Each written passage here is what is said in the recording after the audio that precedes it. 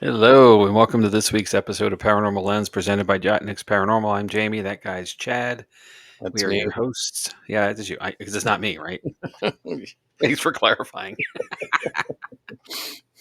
Oh, we're back again. How's the week go by so fast, dude? I don't know when you're working 24 hours a day, or well, it felt like Wow, 24. It goes by real fast. that's a fair statement. That is true. That is true. Welcome to the entertainment industry that you're in, right? Hmm. Your schedules vary, and then it's feast and famine sometimes, I'm sure. Yep, And feast while you can, for sure. exactly. So, Okay. yeah, I was hoping that I would get everything done for the show tonight that I have to do, and I was like rush home and eat. Well, you know how it goes. I do. I do. Absolutely. And then I have, a house full of folks here right now. So you're getting everybody settled and situated and dogs walked and, boom, boom, boom. All Hmm. of a sudden it's like, 8:40 and I'm like, oh, ooh, I got to do something. So, it's what it is and it's life and Hmm. that's all good too. Cause everybody's got a schedule, but this is a nice, easy distraction from all that other bunky stuff that we have to Hmm. do and things in the world that we don't like and, all that. Exactly. So Yep. here we go again. So And we've got something to look forward to this week. we do. We do. We're going to be back at the brewery, Booby's Oh, I thought you Brewery. meant sleeping in on Saturday. Oh, yeah, that too. Yes, that Well, too. yeah, I don't know if I'm going to get to sleep in on. I might have to work. You never know. But Oh, yeah, that's right. we do have the investigation, but we'll dig more into that later. So, Yep. Back for the um, first of the year. So, and big I'm going to deal. give a shout out to a friend out there. Today is Chris Mendez's birthday, so happy Get birthday! out. He has birthdays? He does. Wow. Maybe one of these days he'll be old enough to not run over, people and at investigations. I'm glad you said it. I really am. It's never going to get old. It never. No. Happy birthday, Chris. Buddy. I'm happy for you, and I hope you've had a great day out, and we'll catch up and celebrate with you sometime soon. Yeah. So anyway, that's it for So, me. Yeah. yeah, me too. Honestly, it's been a dull week, and not much is going on. Yeah, it's been cold as get out, and Mhm. nobody's doing anything. So, we're just laying low and getting ready to do stuff. So, okay. And then we got that comment. Hi, Bert. It says, in the words of the drunk dad on Independence Day, hello, boys. So good to Oh, see you, my. Bert. And Heather Yeah, was wishing our friend Chris a happy birthday on Facebook. So there you very go. cool. Yeah. Hey, So glad you that's what could we join us do. tonight, Heather and Bert. So Yeah, thanks for joining. It's funny when you start, social media friendships, right? The idea of physical contact, like handing a card to somebody, goes out the window, hmm right? Because people are everywhere, and that's the beauty of it. hmm You don't have to be in the same space. Chris is a bit to the east of us and just far enough away that it's not easy to catch up physically. right. Unless we're out somewhere for something, an Hmm. investigation or whatnot. So hence the social media says you can do all that good stuff there and Hmm. See, expand it a lot. I cheated, Jamie. I took my birthday off social media, so people can't just do that. They have to reach out to me. And I try to make an effort to either send them a personal message via Messenger or a text message or something like that because everybody posts it on Facebook. Yes. It depends on the relationship. Well, two things. One, thanks for making me look bad because I send a message on the socials That's and okay. That, if you hold on, if you take your birthday off the social media site, does that mean you don't age anymore? uh, No, have you? no, No, no. I wish. I mean, it could get worse. So anyway, we digress. So All right, all right. Well, speaking of things that are old, nice segue, Jamie. let's talk about our topic tonight. Okay. Um, we're going to dig into and explore Grimm's fairy tales. So, Chad, do you know any of these things? Have you heard of it before? I've heard of them, and I'm sure I know some of them, but I couldn't tell you that they were Grimm's fairy tales. So Okay, I okay, remember having some books as a kid. sure. I think it's fair to say we probably all have Hmm. at least one, or we've been told the tales. We know the tales, whether we Hmm. were told them or how we learned them. Hmm. Some are visual, and I'll get to that. Right. Um, but they've been around for a long time, Is and Hansel and Gretel one of them? yes, See, it is See? actually yes. Yep. And well, we'll get into more of that, but Yep. there's a little over 200 of them in total, but Okay. they just 84 originally. So it's kind of interesting how they expanded, and I'll get into that as well and the why part of it. But because it is all about the why, I think there's an important thing here that might be overlooked a little bit because of the fact that these have just been 200 years of us having these stories in our cultures. You know, Hmm. what part of the world you're from, the stories are familiar. They may have their own twists, and it's folklore. And we've explored enough of that, I think, through all of these episodes to know that folklore and or urban legends, another way of saying it, right, Right. exist everywhere. And there's so many of them that are so similar that it's sort of like a whisper down the lane or telephone game tale, Hmm. especially when they're undocumented. You know, the cool thing about the Grimms is that they did document and they continue to do so. And they have therefore saved some of this that would have been lost perhaps or expanded to different directions. And, stories change every time they're told. It's a fascinating thing. And I'll even get into how it ties to the paranormal. 'Cause that's what we do. Ooh, okay. Cool. Let me get to the program part before I'll stop riffing here. So, Um, let me start with this. Every fairy tale ends in happily ever after, right? Mm-mm. They did to begin with. Okay. If you had to recount the story of Cinderella right now, you could probably do it by heart. Wicked stepmother, glass slipper, stroke of midnight, yada yada. Right. Probably also reel off the story of Snow White or Little Red Riding Hood without needing to really think about it all too much as well. These stories are pretty well woven into our cultural DNA by now, and a lot of that is due to the work of the Grimm brothers. But the versions we know now weren't the versions that Grimm's originally published, and the stories weren't originally intended for kids at all. Back in the early 1800s, Jacob and Wilhelm Grimm were working as librarians. Born into a well off family, their lives took a turn for the worse when their father died, and the brothers struggled through school and the university while in poverty. Librarians weren't particularly paid well, and frankly, they still aren't.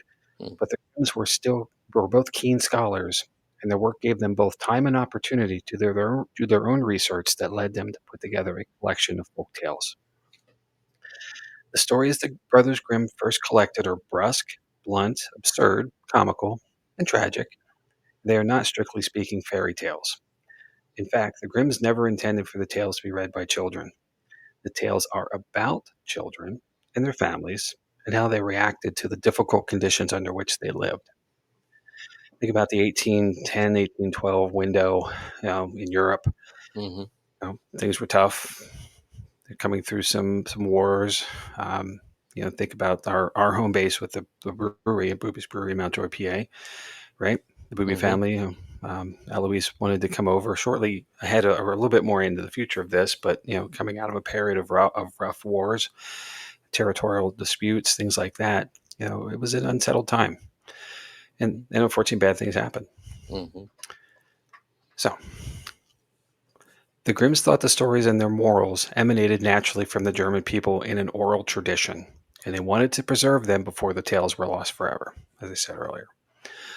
Although the young Germans had not entirely formalized their concept of folklore while they worked on the publication of the first edition, they held to their original principle to salvage the relics from the past, stories that were passed along. They intended to trace and grasp the essence of cultural evolution and to demonstrate how natural language stemming from the needs, customs, and rituals of the common people created authentic bonds and helped forge civilized communities. One of the reasons they called their collection of tales an educational manual, and there's a German word here that I'm not even going to try that says that Oh, word. come on. All right, why not? Erizi Hunchbunch. That's exactly how it sounds. Is that the tales recalled the basic values of the German people through storytelling. The Grimms wanted to gift the oral tales to the German people, not realizing that these tales would assume relevance in all cultures.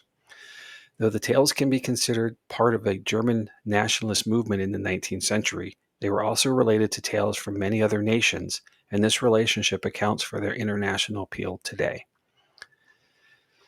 Turning to the tales of the first edition, a reader might notice that many of the tales, such as The Hand with the Knife, How Some Children Played at Slaughtering, and The Children of Famine, have nothing to do with fairies or happy endings. Instead, these stark narratives are about brutal living conditions in the 19th century. For instance, The children of famine begins this way. Once upon a time, there was a woman with two daughters, and they had become so poor that they no longer had even a piece of bread to put in their mouths.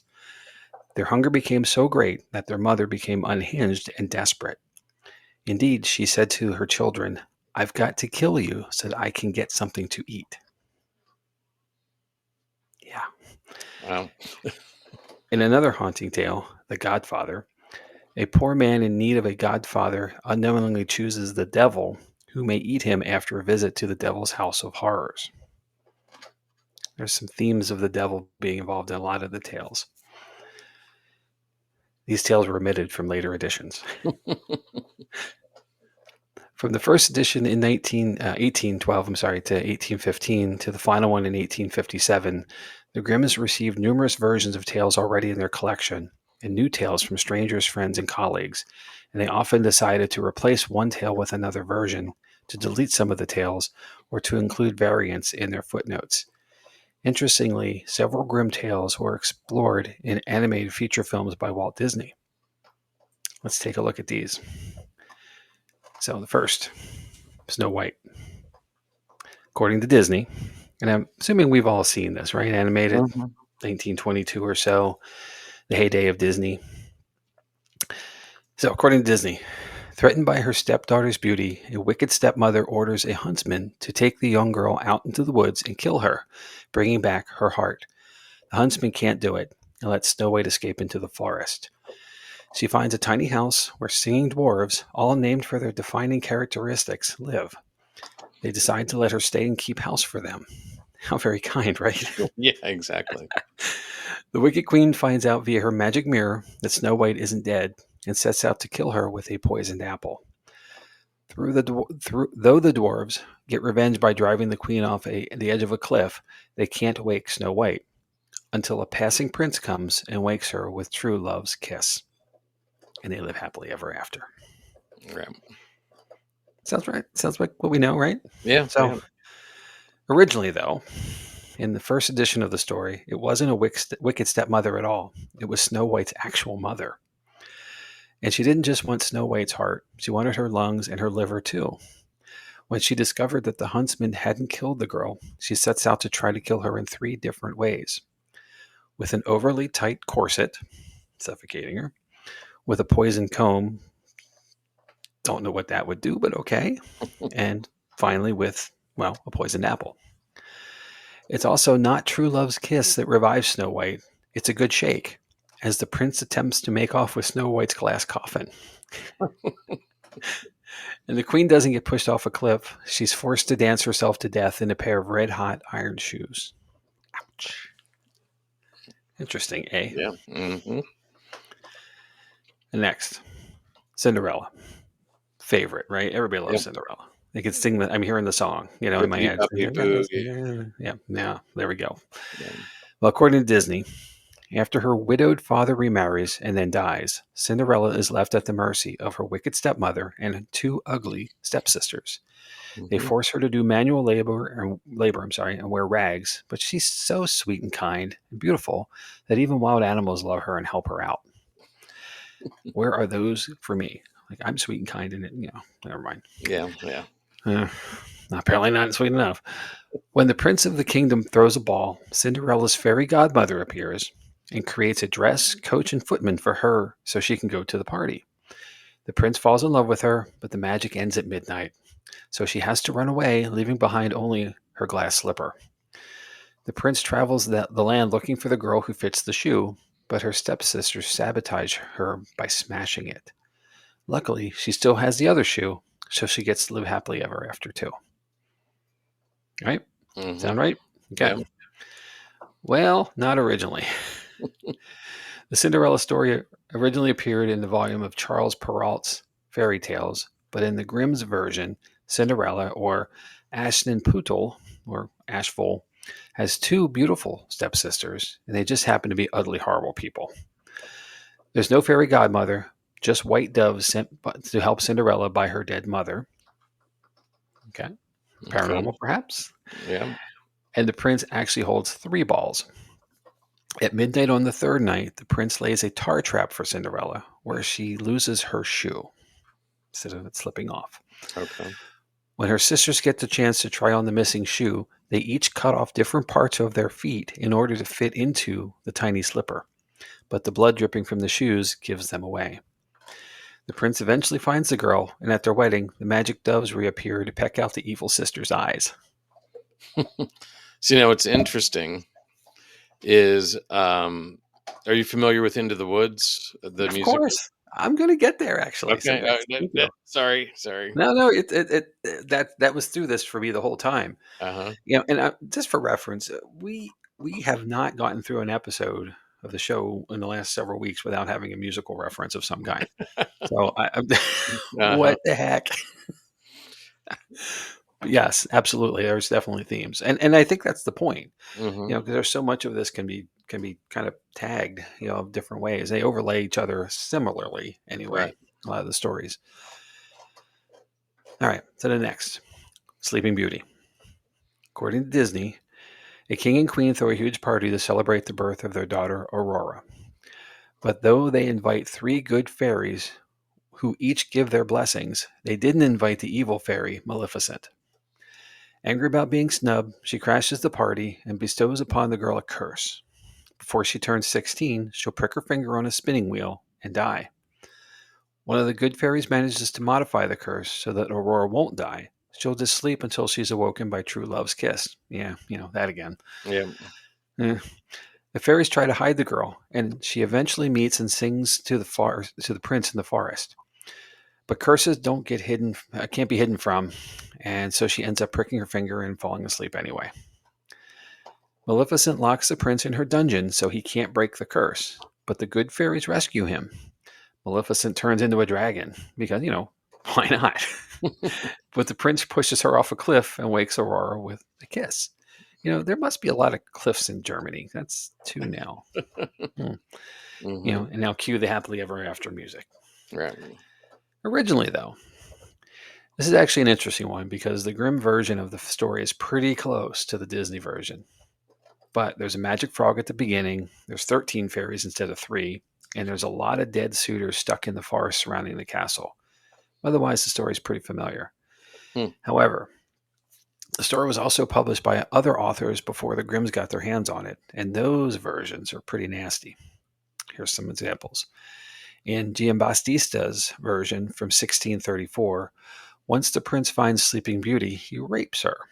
And she only wakes up when one of the children she bore whilst asleep sucks the splinter out of her finger by mistake. Okay. Horrible. And though Peralta's version in 1697, removes the rapes, it chucks in an epilogue with an evil stepmother who tries to eat the happy couple's children and ends up being thrown into a pit of vipers. It really says something when the Grimm's version is nicer than the others, right? Hmm. So, So, which story is? What's the name of the Grimm story? hang on. I'll Okay. have to check my reference material. It's quite a tome. Honestly, I don't know off the top of my head. It's not. It's not Okay. necessarily Because similar. And it's so the thing is this: the original. If you get the original 64, and it's hard to find an original version and a copy anymore because it's forever old. The names are different. okay. The stories, as they've been modified through the years, the names are changing and Okay. giving it a spin of some kind or another. Because it sounds like the same theme as Rumpelstiltskin, but it's I don't think it that's a separate one, isn't it? Yes, it absolutely is. Okay. All right. The next, Rapunzel. According to Disney, and Disney's adaptation of Rapunzel is called Tangled. Hmm. It's very recent and it's not very traditional. Rapunzel gets a lot more agency than most other Disney princesses, and her prince isn't really a prince at all. But the elements of a sanitized Rapunzel story are there. A beautiful princess is kept captive by a witch who uses a girl's long hair to climb in and out of a tower prison, and it's only when she meets a man that she gets to escape. Fair. Simple. Originally, according to the Grimms, the reason the Wicked Witch gets to make off with baby Rapunzel is that her dad stole herbs from the witch's garden to meet his wife's cravings. And when he gets caught, he agrees to hand over his firstborn. Now, Chad, this sounds a lot like Into the Woods, doesn't it? It does. Yeah. Yes. Stuck in the tower, Rapunzel lets down her hair for the witch day after day, but when a passing prince hears her singing, he decides to pay Rapunzel a visit himself. He secretly visits her several times, and the witch only finds out because Rapunzel gets pregnant, and innocently asks why her belly is getting so big. In a rage, the witch cuts off the girl's hair, uses it to lure the prince back into the tower, then chucks him off the top, letting him fall into a thorn bush that plucks out his eyes. Eventually, though, there's a happy ending where the couple get back together, and Rapunzel's tears heal the prince's eyes. Yeah, that sounds very much like Into the Woods. Sondheim went back to the traditional, huh? Yeah, who knew? So, Heather wants to know, why does eating children seem to be so popular? They're delicious. A little barbecue, some salt and pepper, done. They're smaller. They don't take long to cook. I don't know. It's the weirdest part of it. I mean, other than gruesome deaths, I don't think that there's anything weirder than the desired, and it's common in a lot of Mhm. stories. There is, well, I'm getting maybe a little ahead of myself here to say this, but there's a prevalence of child abuse through most of these stories. But you're also looking at an era when child abuse isn't what we would consider it today. It was just discipline. Right. So that's part of it as well. And perhaps it was the threat of being eaten more so than it was the fact of it as the behavior modifier. Okay. Maybe. Or maybe there's 8 kids. I don't know. Okay. So here are some other examples of how stories changed between the first and fourth editions of the Grimm's work. And that's a difference between 1810, 1812, and 1847. So the big gap in between. Right. The terse tale called The Wild Man, in which a mysterious, powerful king helps a boy who has helped him escape from a cage, is embellished and transformed into a very long, elaborate tale that is now called Iron Hands. The wild man in the 1812 version is more kind than the stern Iron Hands, who determines the young man's destiny in a coming of age story. He's a bit hard on him. Hmm. Likewise, the devil in the green coat is given a new title, Bearskin, and totally a new beginning and meaning. In the 1812 tale, the Grimms portrayed an oppressed, timid young man abandoned in the woods by his brothers. He accepts the devil's green coat that will enable him to survive for 7 years if he doesn't shave or clean himself. Clearly, he's a teenager. He's cool with that, right? Right. Yeah. In the much longer 1857 version, there are echoes of the Napoleonic Wars. The protagonist is a discharged and homeless soldier who is treated poorly by his family and then turns to the devil for survival. All of the tales in the first edition bear the marks of their diverse storytellers who believed in the magic, superstitions, and miraculous transformations of the tales. It may be difficult for us to understand why this is the case, but for the storytellers and writers of these tales, the stories contain truths about the living conditions of their times.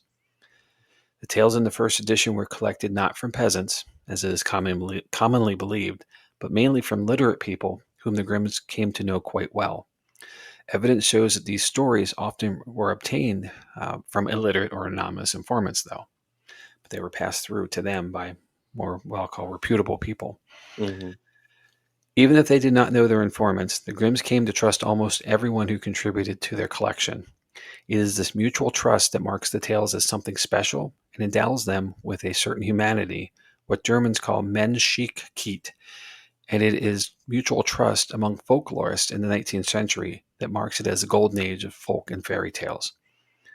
The tales in the first edition set a certain standard that the collectors began to follow and still follow even today. Maybe a fun fact while we're at this. Okay. Their books would become second in popularity only to the Bible in German-speaking lands. By the 20th century, they would become the most famous collection of folk and fairy tales in the Western world. That's impressive. Yeah. So, to conclude, in gathering the tales, the Grimms made a unique contribution to folklore, and their Kinder und Hammerstein, which is Children in the Household Tales, it's originally called, is even listed by UNESCO, which is the United Nations Educational, Scientific, and Cultural Organization, in its Memory of the World Registry. So it is a protected entity now. Okay. It was in large part because of their first edition, published in two volumes in 1812 and 1815, that inspired folklorists in Europe and Great Britain, because Great Britain's not in Europe apparently, to gather tales from their oral traditions to preserve as part of their cultural heritage. Though brusque and raw, the Grimm's tales of the first edition still resonate with us today because they indicate how we can transform ourselves and our conditions to live in a better world.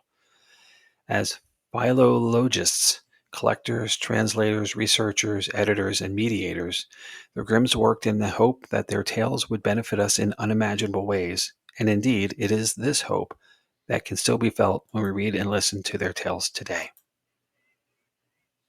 Before we discuss, let me cite some sources. Britannica.com, NEH.gov, which is the National Endowment for the Humanities, thethings.com, and what might be in my new favorite website, Chad, denofgeek.com. Check it out. Atlas Obscura is going to be missing a client. I can do both, I'm sure. Okay. So there's a lot, right? And it's Mm-hmm. interesting considering there's 200 plus stories now. But even if we're only 86, I think there would still be a lot going on. What do you think? I think it's definitely interesting how they changed through their different publications to evolve with the times. I mean, Yeah, I don't. There's not a lot that we can say here. Is it paranormal or not? true.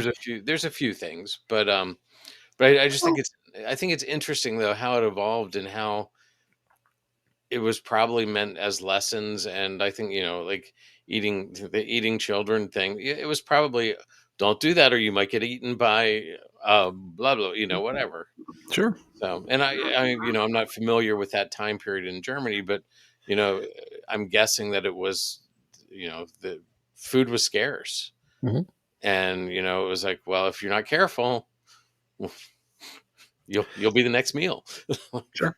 Well, Like, you're also talking about rural areas, that weren't well, kind of like we talked about with the children of Woolpit, the green children of Woolpit last week. The wolf pits, as they were, uh-huh.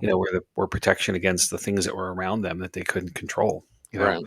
So these are still rural, very rural places, and rural tales start in rural areas, start to grow, and then they get passed along as people travel through, and it Hmm. gives them some sense of fantasticalism. That's a word I Right. just made up. You can use it if you need it. Um, and it just kind of expands and it goes from there. But it's a challenge.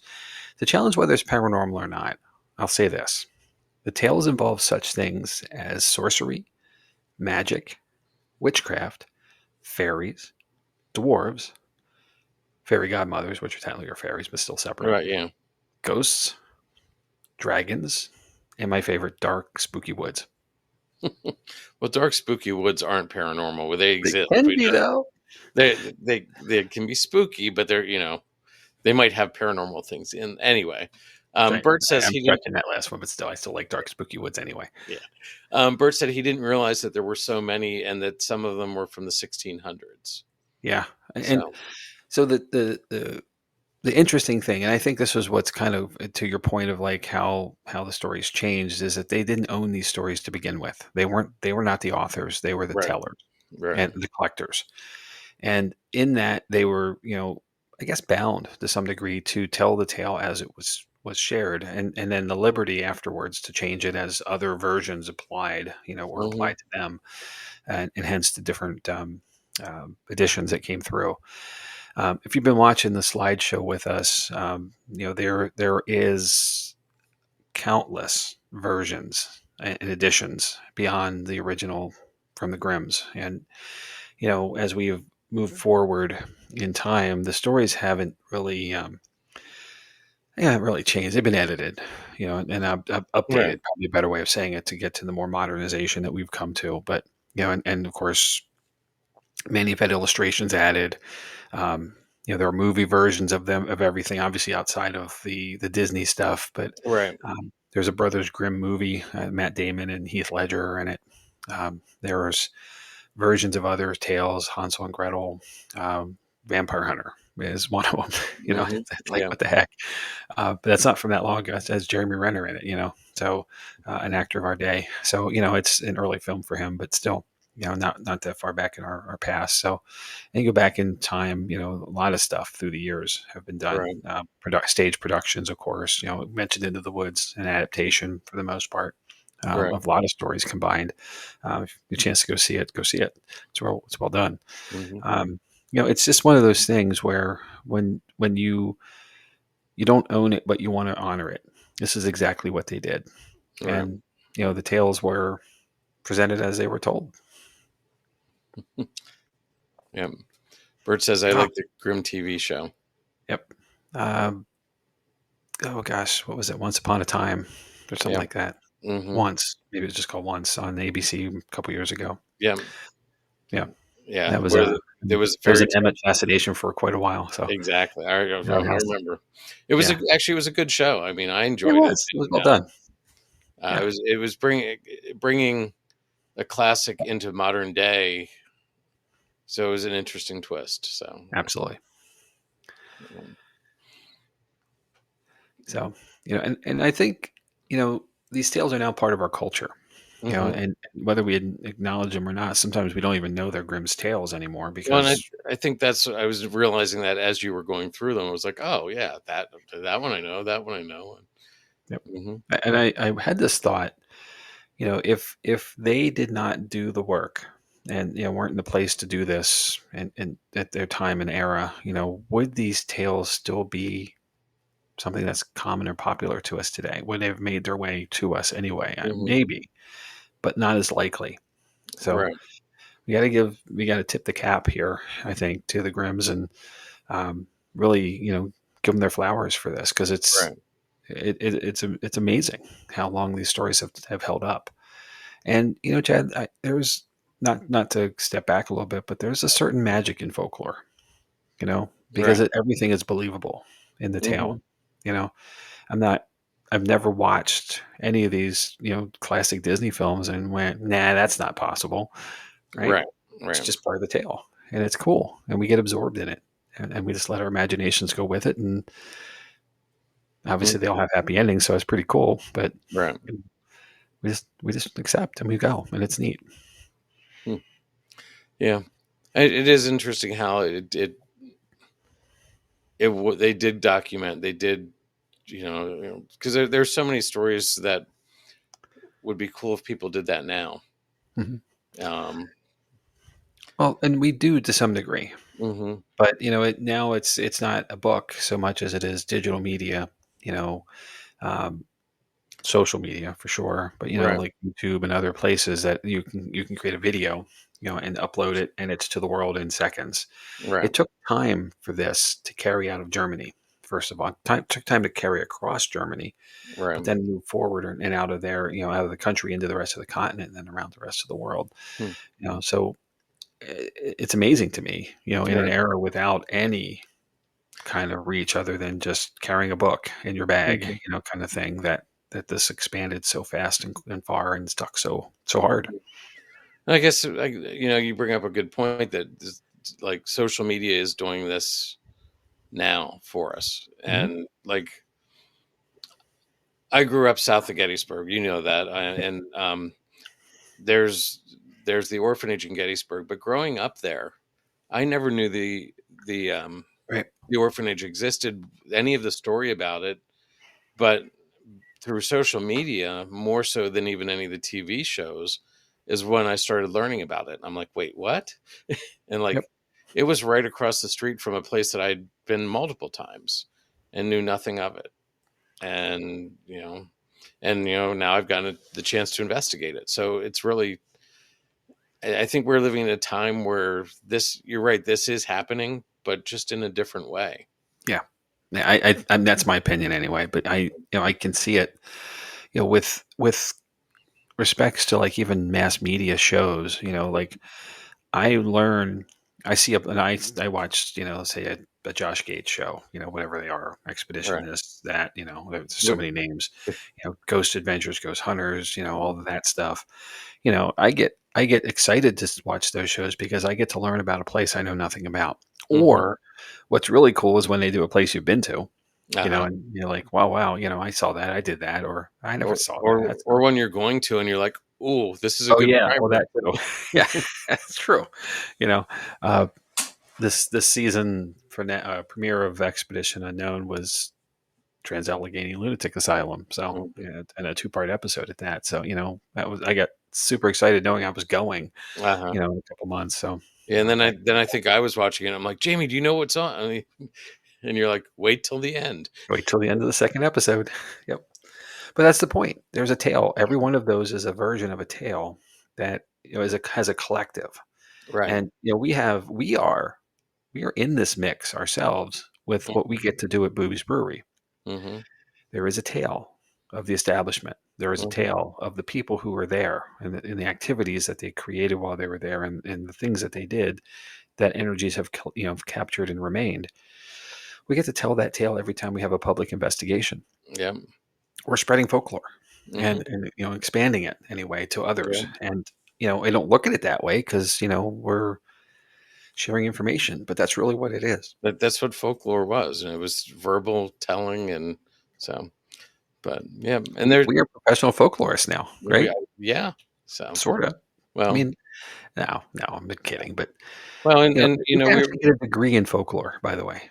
really Yes, you can. okay. It's fascinating. Hmm, So cool. there it is. Yeah, and And I like this actually. What Bert just yeah, commented here, but also keeping their memory alive. Absolutely. yeah. And that's the tale of all of these things. That's the Mhm. point, perhaps, of all of these stories. And the names may not be the names of the originals, but the idea is that we're sharing that story of someone Yeah, and remembering them. so well, and we're doing, some things to keep it alive in other ways. I'm working on the Jotnik's Paranormal website, Mhm. but we're also going to have, we're digging in and researching things about the brewery. I'm planning on posting things like the death certificate of Aloise and just things that we've found and discovered over the years that we can share and make sure that everybody's aware of. Right. So That's a repository. And right.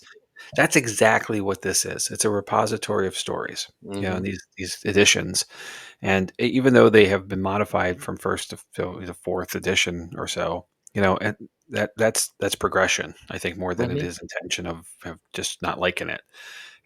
And how many times have you written something and as a first draft, and then by the time you're at your final, it's not the same anymore. Right. Commonly, right? Hmm. Pretty much everything we do for these shows, everything I do at least starts off over here and it ends Uh-huh. up over there.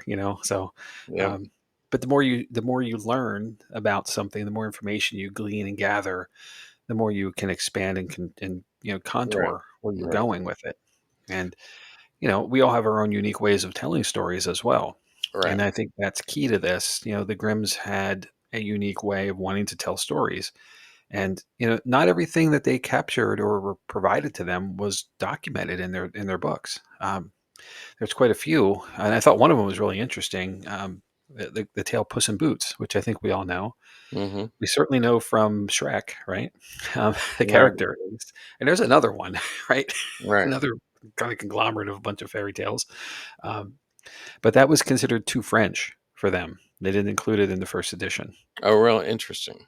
Yeah. So, and there's a few others that were also Hmm. considered too French. There were some that were considered too um, Middle Eastern as well that didn't make it into the first or second edition, but more Interesting. so toward the end. Right. So, and as the globalization of it all kind of expanded and more stories kept coming in, they realized they had to keep continuing to expand out. And that's how they went from 86 to like 210 pretty quick Hmm. as far as stories. So Now, it's did fascinating. so obviously the Grimm brothers haven't lived forever. Like, are the stories being? Is it family that's carrying on some of the new publications, or is it To my knowledge, there was no okay? continuation of the family in the processes of the Okay. editions.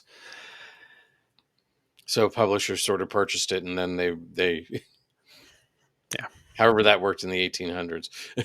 Yeah, so, well, how if it worked at all, right? Right. I don't know that they made much money on these. Obviously the books were sold, Right. But in the sense of royalties and all of the stuff that we expect today and how we know it today, Hmm. the trackability is one thing too. Like you would really only need a printing press to be able to create a book, and that's not a small feat in the 1800s. I No. know, No. it's a big setup and all that, but if you took a book from here, in our area in Pennsylvania, and it traveled with you to, say, the Midwest of the U.S., somewhere like Nebraska, Hmm. and somebody liked it and they wanted to make it themselves, that's all they had to do. There weren't copyright laws and protections and stuff. It was just, Right. let's go print this ourselves. Hmm. And then it would. And Right. then it would. But the good news of that is it would allow it to go further faster that Right. way than it would be if it just came from a single source with a very small distribution network or any network at all. Right. Right. You'd have to come to them to get it. Hmm. So there's Yeah. possibly some good in that. Yeah. Again, There's not any interesting. money. What's that? There's no money in it Sure. for the Grimms. Yeah. It's just interesting how times have changed. Globalization, and you know, Oh, absolutely. I mean, you could write a book tomorrow, Jamie, and it would be worldwide within a couple of years. It might be in a couple weeks. I mean, Right. realistically, with digital release, Hmm. you know, all it has to do, and we can, this is a different direction, but our good friend Ron Yacovetti is a 5-time author. His Hmm. books are available on Amazon. I don't have to go find him to get a copy. I can just dial it up and say I look him up in the search, and there they are. Yep. Yep. You know, and I've Yeah. I've put If him you on want wish that list for signed birthdays and copy, gifts time. So yeah. oh, I'm sorry. What was that? I was gonna say, if you want that signed copy, though. Well, that's different, right? Uh-huh. Absolutely. But that is the world now. Is that Right. that you don't have to go through the arduous process of and first of all, you're writing on a typewriter. You're not writing on a typewriter with a quill as they would have been. Right. Now we're using everything on our tablets and laptops, and we can do that anywhere and anytime. Hmm. We don't have to go with a printout of everything in hand to an editor who has to then go through their process and then Right. get it back to you in assuming with a bunch of red marks on it, you know Hmm. and then you go back to your work and you re-edit and you really redo and Yeah. represent. That's long and slow. Yeah. Everything is digital now, and it's But amazing. but Jamie, it wasn't that long ago that we were still doing hand manuscripts. That's true. I agree. I I mean, agree. It's certainly in our lifetime. yeah. That's the point. The world has changed rapidly Right. over the last this within this generation, So and I wonder what it will be going forward. right. So we've It definitely allows rabbit it holed just this one. allows for the rapid expansion of the information that we are trying to present, and Right. even us. We're around the world with this program. It's Hmm. amazing to me. Like Hmm. I'm shocked. I don't know by that. if you noticed, but it's 22 countries now. I have, Uh-huh. and thank you all. We really really appreciate Appreciate that. that. Yeah. Yep. So So. very cool. But that's the point, right? Hmm. There's no lines anymore. It's not like we're watching network television back in the 70s where there were so many episodes and over the summer it was reruns and then you had to wait for everything. Now everything is just streams at all times and you're Hmm. picking and going wherever you want to. It's amazing. Yeah. So What a great time to be alive. because So, people like us have a platform, Jamie.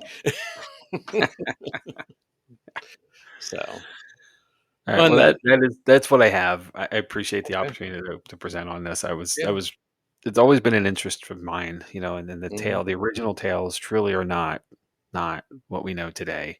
Oh, definitely not. So. They all start with once upon a time, but they certainly all did not live happily ever after. Yeah.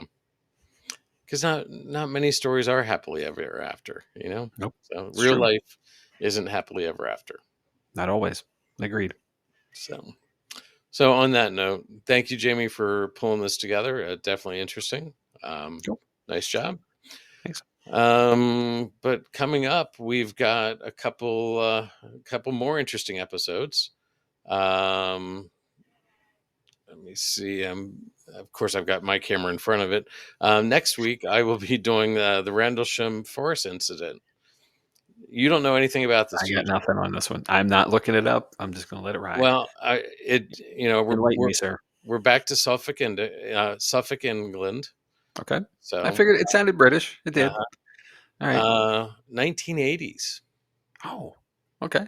So I'll just leave that there, and we will we'll go All with right. that. But yeah, I'm not I'm expecting people with, 2 polo shirts with pop collars and some parachute pants, some Chuck Taylors. All so. right. Yeah, we'll see. Um, so anyway, we'll dig into that next week. Um, March 4th, as we move into Mardi Gras, right? Yeah, well, it's Fat Tuesday, Fat so the Tuesday. end of Mardi Gras, really. True. Yeah. Getting rid of all As the we move, stuff. yeah, as we're moving into Lent, Yes. but the end of Mardi Gras, Jamie's going to dig into New Orleans, America's most haunted city. The week after that, I'm going to jump into Leap Castle. That Got never to do gets it old. every time.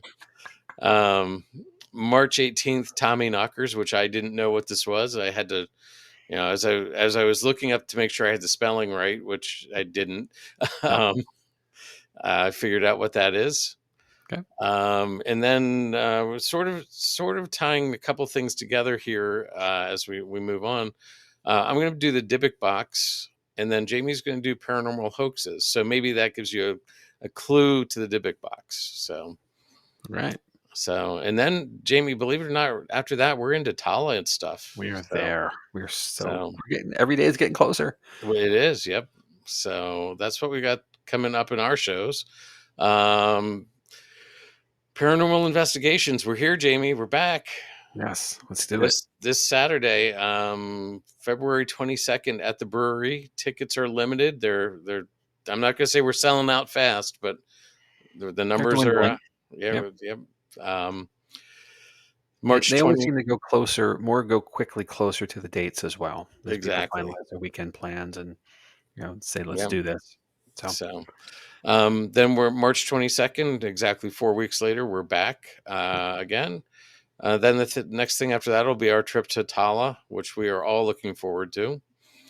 And then April 26th, we will be back at the brewery. Tickets are available if you go to boobiesbrewery.com. That's BUBES brewery.com /entertainment. And that'll take you to their Saver Stub site, and you can get tickets there. Let's see what else we've got. In May 17th, we will be pairing up with. We're going to start some of our para-unity things. Stacy and Gary Smith from this is where I'm going to Land and Legends Paranormal. We'll be teaming up with Jotniks, and we will be doing a co-investigation with the public. It'll be a lot of fun. I know Stacy fairly well. We've met it several times. Gary's a nice guy. I know Missy has done some investigating with them as well. So it'll be a fun night. If you want to learn more about Stacy, she has a podcast, Rustic Spirit Podcast. It's on Facebook and stuff. So look that up and check it out. Again, that'll be that'll be a fun night. Private investigations at Boobies Brewery are available if you're interested in having the brewery to yourself. Once the restaurant closes, you get the brewery to yourself. You can dive into that. To book that experience, reach out to Melissa Keller, which is mkeller0606 @gmail.com. She can get you hooked up with that. There's places to stay because, Jamie, Mountjoy is more fun when you sleep over. yes, it is. That's true. So, Way to so we got go. that going for us. There's a Like hotel. 17 tries later, Chad. Way to go. Yeah, well, Way to I go. have my cheat Bravo. sheets now. There's a hotel still at the brewery, and there's also an Airbnb across the street. Both great options to stay. So check that out. And last but not least, follow us on the socials. You found us on Facebook or YouTube. We're starting to pick up posts on our TikTok, which is at Jotniks Paranorma. No L on the end of that, but if you search Jotniks Paranormal, you will find us. We're on Instagram. You can email Jamie and I at paranormallenspodcast@gmail.com. You can find us on Spotify, Audible, Apple Podcasts, all those fun places. And you can check out our link tree, which links all these things together under one roof at linktree.com /paranormal lens. So there you go. It's a lot. Any, yeah. Yeah. And any other thoughts, Jamie? Not really. I think I'm just gonna, grab my copy of fairy tales and go start reading some ones I haven't read before. So Right before I bed? encourage everyone to do so. Really, there are so many tales and so many things. It's obviously things we know, but there's some unique themes in some of these stories that, um, just really are worth reading and worth digging Mhm. into. So Okay. please But do. not necessarily bedtime stories, though, right? Well, I mean, it depends. Maybe some. I don't know. Not for all, for sure. Some you definitely want to read them with the lights on. This is true. So, No, yeah, uh, I'm good. Thank you all for joining us again as always. And I'm always one to say this, but if there's a topic you wish to hear us present on your behalf, or that you feel near and dear to, drop us that line. Paranormal Lens Podcast at gmail.com. We certainly were happy to do so. We've done listener submissions before. We'll do more future. We self-produce, so we can move our schedule around. All those episodes you saw coming up can get adjusted, and see a little time to do some research. And perhaps we'll have you on as well as a guest. So it's certainly. We're always looking for more content. There's a lot out there in the world of paranormals. We're never going to run out. But the more we know, the more we can do. So right. appreciate that. We If you want to have it, feed let us you. know. We want to feed stuff back to you that you're interested in. So, Absolutely. so Oh my! What a comment from Heather here. If great you one read to them close it before out going on. to bed, you will dream of eating children. Oh my goodness. So, Maybe. so. All right. Well, on that note, I want to thank Jamie again. Thank you for pulling this together. I want to thank all our viewers who are with us live and who are going to be watching this in the future. If you're watching this some other time, you want to join us live, that way you can add comments and stuff. It's Tuesday nights, 9 p.m. Eastern Standard Time, and we're here. So Yep. join us. So Very good. all right. Well, Jamie, I know where you're going to be Saturday night, and I'm going to be Yep. at the same place. So we're looking Yeah. forward to that. So, We'll see you there. Same place. Same. We'll be in the same place at the same time for once. This is great. yep. So, all right. Good night, Well, everybody. Thank you. have a great week. See ya.